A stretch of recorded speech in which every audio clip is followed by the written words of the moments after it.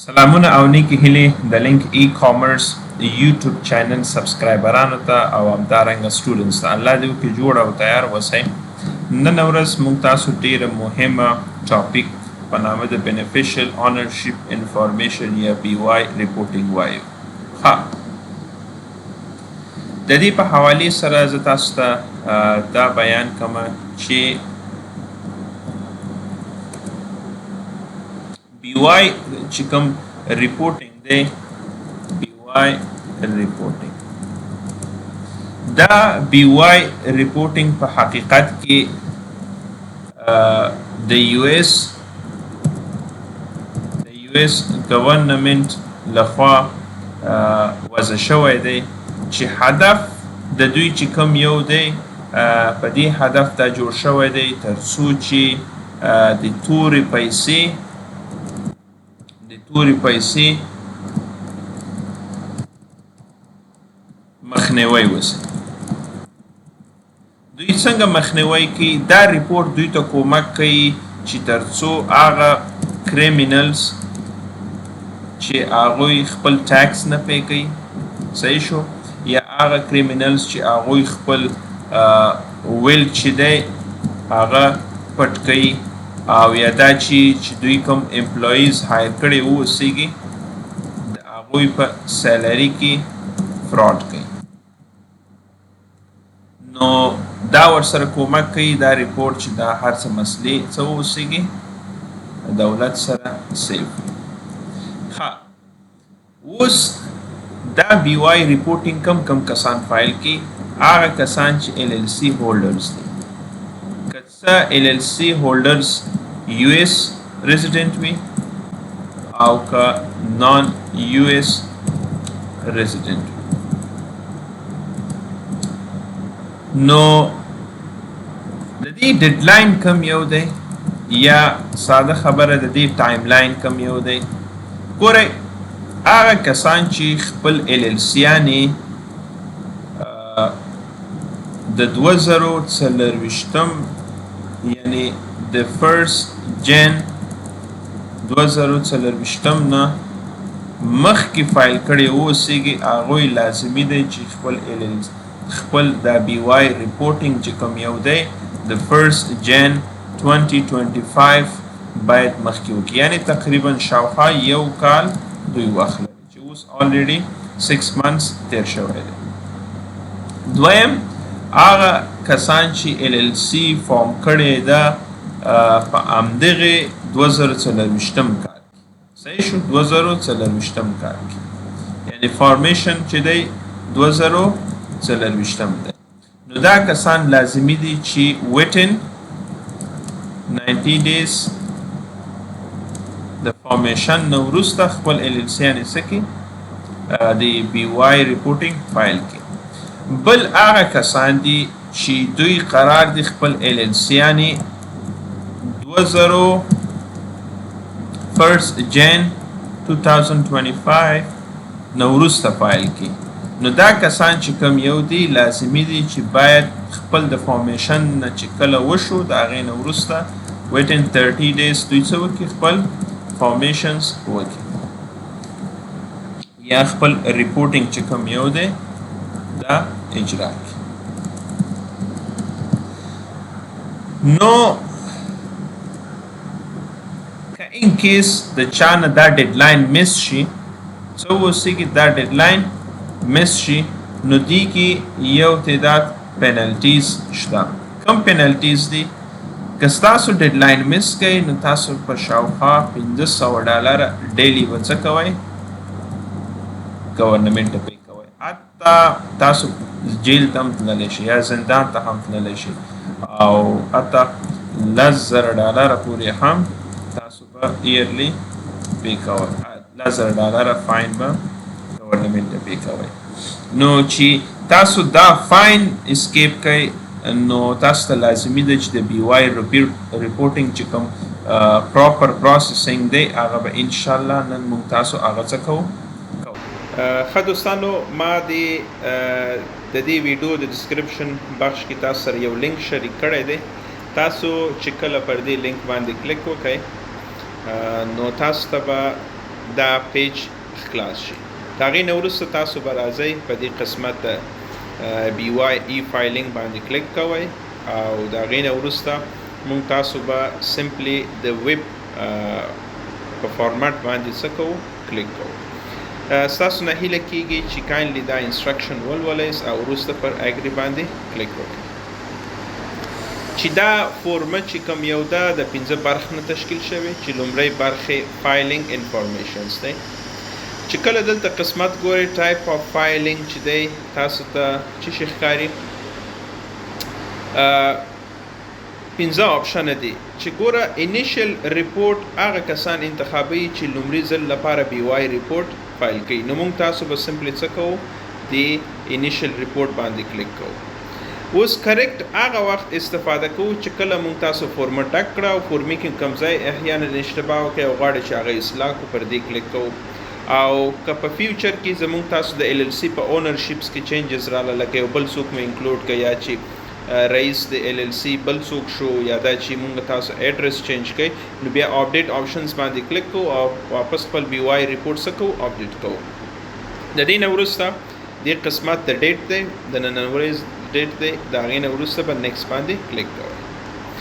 دویم پارټ کې چې کوم یو دی زموږ تاسو نه د کمپنی انفارمیشنز غواړي او ریکویسټ ټو ریسیو دا ID باندې کلیک وکړئ چې تاسو ته چې کله فورمه کمپلیټ کوئ لاس په PDF فایل کې تاسو یو ID الاټ کیږي چې دا فیوچر ریفرنس لپاره کار راځي. او د هغې نه وروسته تاسو به خپل د کمپنی نوم چې کوم دی دلته څه کوئ درج کوئ. لینک مارټ LLC او که ستاسو کمپنی بل نوم هم ولري دلته درج کولی شئ.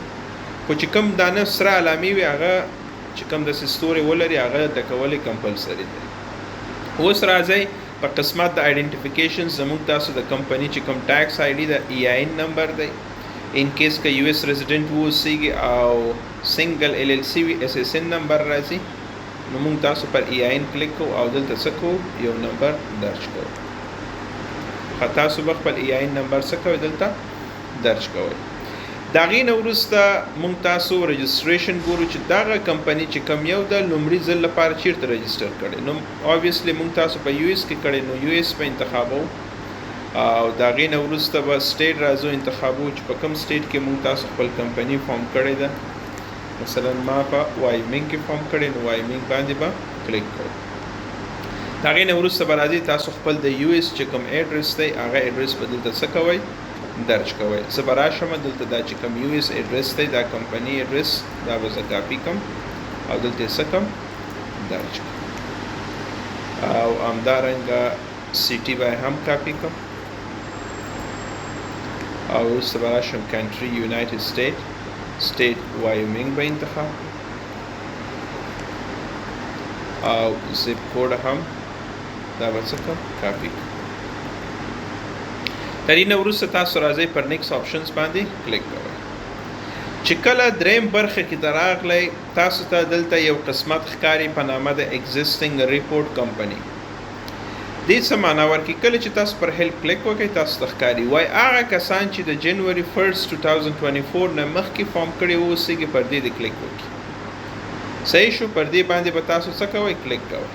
خو چې هغه کسان چې د 2024 نه وروسته کړي دا به انټیک کوي. نو فی الحال زه انټیک کوم وجه دا ده چې کله تاسو انټیک کوئ نو داسې چې ټیک کولو سره سم ستاسو دا ټوله لاک کیږي.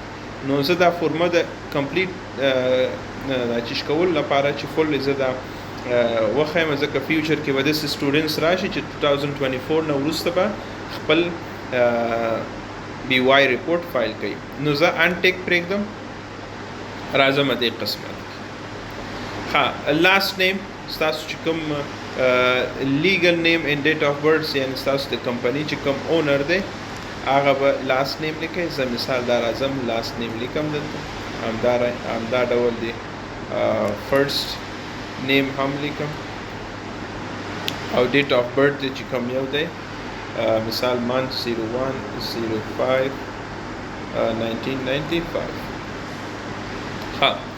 اوس راشي دلته تاسو ته وایي چې ستاسو ایډرس ګوره دلته دوه ایډرس دي یو بزنس ایډرس دی یو رجسټریشن ایډرس.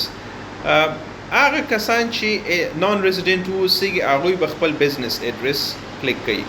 هغه کسان چې په یو اس کې اوسېږي او خپل د کمپنی ایډرس خپل د کور ایډرس ورکړی دی او هغه به ریزیډنټ ایډرس کلیک کوي. اوس فی الحال موږ تاسو دا ایډرس کلیک کوو. نو زه به دا راشم دا ټوله فیل اپ کړم، دا قسمت به کاپی کړم، همدا ډول د سټي بخش به یې کاپی کوم، بل به راځم کنټري انتخابوم، یونایټډ سټیټ به وایومینګ انتخابوم او زپ کوډ به هم دلته څه کوم درج کوم.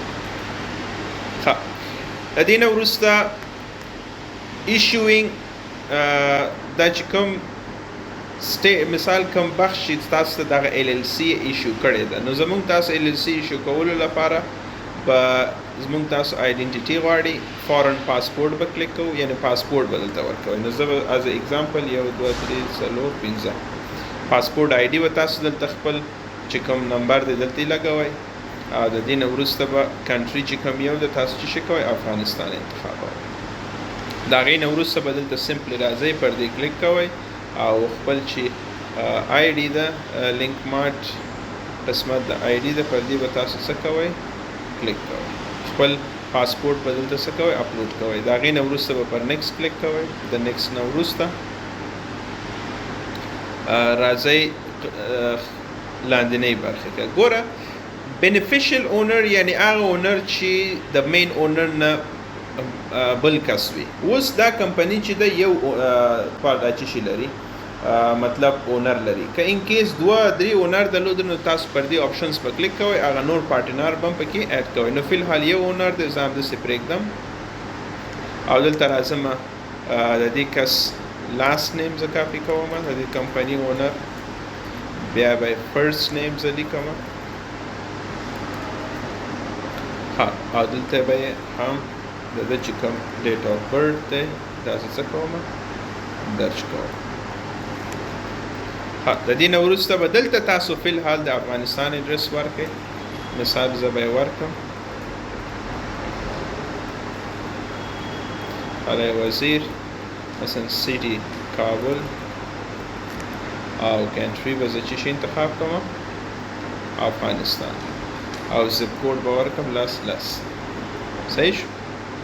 د هغې نه وروسته به زه آی ډي فارن پاسپورټ او دلته به د پاسپورټ نمبر ولیکم او کنټري به لاړ شم افغانستان یې سلیکټ کړم، صحیح ده. او وروسته به راشو ډاکومنټس چې کوم یو دی هغه به زه څه کړم پاسپورټ دلته اپلوډ کړم.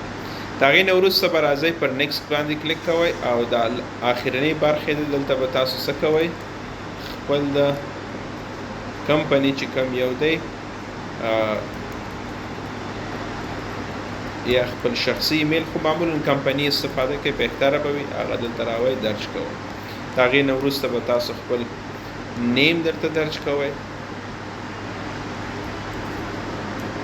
ستاسو لاست نیم او ستاسو فرست نیم به دلته څه کوئ تاسو درج کوئ. پر اګري باندې کلیک کوئ. ښه، په دې قسمت کې ما آی ډي نمبر کې باید 9 ډیجټه ورکړی وی، نو زه دلته راځم دا قسمت به زه حل کوم، صحیح شو. ښه انوالید ښیي، نو زه به دغه خپل چې کوم ریل ټیکس آی ډي ده دا به زه کاپي کوم او دلته به درج کړم. راځم واپس د سبمیټ بخش کې، نو تر څو چې مطلب فورمه مکمل ډک نسي دلته دغه اګري آپشنز به ښکاري. ښه دوستانو، زه به واپس راځم په دې قسمت د هیومن بخش کې به زه کلیک کوم. پر دې آپشنز مو چې کله کلیک وکړئ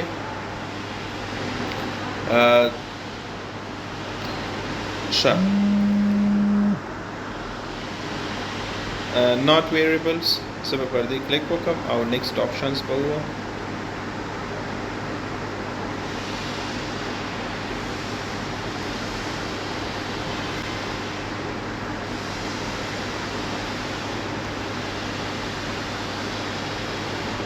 ها دا غي نه وروسته به تاسو خپل فورمټ څه کوئ سبمیټ کوئ د سبمیشنز نه وروسته به تاسو ته یو دانه پی ډی اف فایل چې کوم یو دی داسې به ښکاره شي زه به تاسو ته وښیم ها تاسو ته به دغسې یو ریپورټ دی چې د پی ډی اف په شکل به ښکاره شي او د دې سره به سم تاسو ته یو آی ډي هم الاټ کیږي چې ما تاسو ته ویل د دې نه کوئ چې په فیوچر ریفرنس کې د دې نه استفاده وکړئ د دې سره سم زموږ تاسو د نننۍ ورځ چې کوم ایجوکیشنل د ایل ایل سی بی وای ریپورټینګ پاک لو بیا هم که تاسو نور شیان غواړئ چې ټاپک ریلیټډ زه تاسو ته جوړ کړم نو کاینلی کامنټ باکس کې ووایاست نو تاسو ټولو ته ښه وخت غواړم السلام علیکم ورحمت الله وبرکاتو